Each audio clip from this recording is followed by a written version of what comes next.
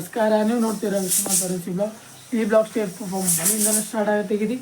ಹಂಗೆ ಟೈಮ್ 10 ಬಂದ ಬರ್ರಿ. ಈಗೆಲ್ಲ ಹೊಂಟೇವಂದು ಅವ್ರು ಹೇಳಂಗಿಲ್ಲ. ನಮ್ಮ ದೇವ್ರದ ತೋರಿಸ್ತೀನಿ. ನಮ್ಮ ದೇವ್ರದ ಮೂರ್ತಿ ಐತಿ ವಿದ್ಯಾನಗರ, ಅಲ್ಲೇ ಹೊಂಟೇವು. ಹೇಳಬಿಟ್ಟೆ ನೋಡ್ರಿ ಎಲ್ಲಿದೆ ಅಂತೇಳಿ, ಎಲ್ಲ ಹೊಂಟೇವು ಅಂತೇಳಿ ಹೋಲ್ಬಿಡ್ರಿ. ವಿದ್ಯಾನಗರಕ್ಕೆ ಹೊಂಟೀವಿ ಬರ್ರಿ. ಈಗೆಲ್ಲ ಎಲ್ಲ ಹೊಂಟು ಅಂತ ನಿಮ್ಗೆ ಎಲ್ಲಿ ಸಿಗ್ತೇನೆ ಸೀದಾ ವಿದ್ಯಾನಗರ.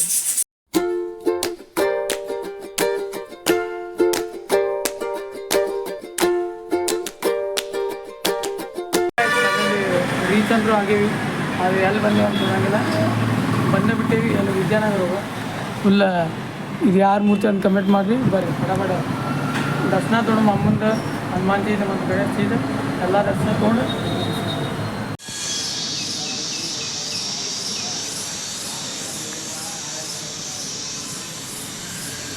ಚೆಕ್ ಮಾಡಿಸಿ ಅಂಬಾಭವಾನಿ ಗುಡಿಗೆ ಬಂದೇವಿ.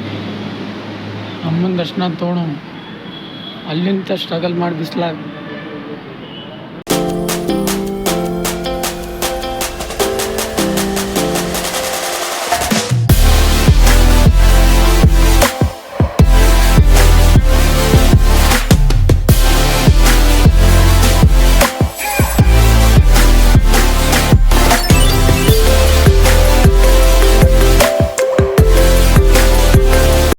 ಬರೀ ಗಣೇಶ್ ಜಿನೂ ಅವ್ರ ಬೆಟ್ಟ ಆದ್ರೆ ಒಂದು ಅಮ್ಮನ ದರ್ಶನ ತೊಗೊಂಡೈತಿ. ಹನುಮಂತರ ದೇವ್ರ ದರ್ಶನ ಐತಿ, ಅದನ್ನು ತೊಗೊಳಮ್ಮ.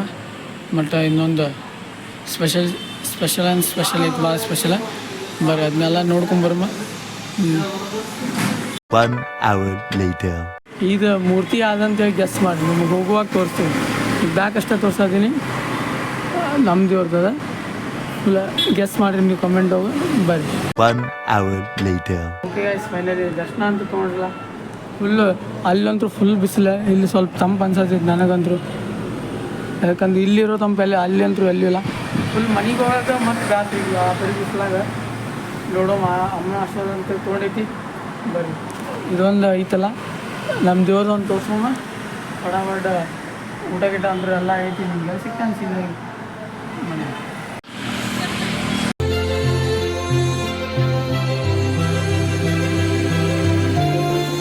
One hour later.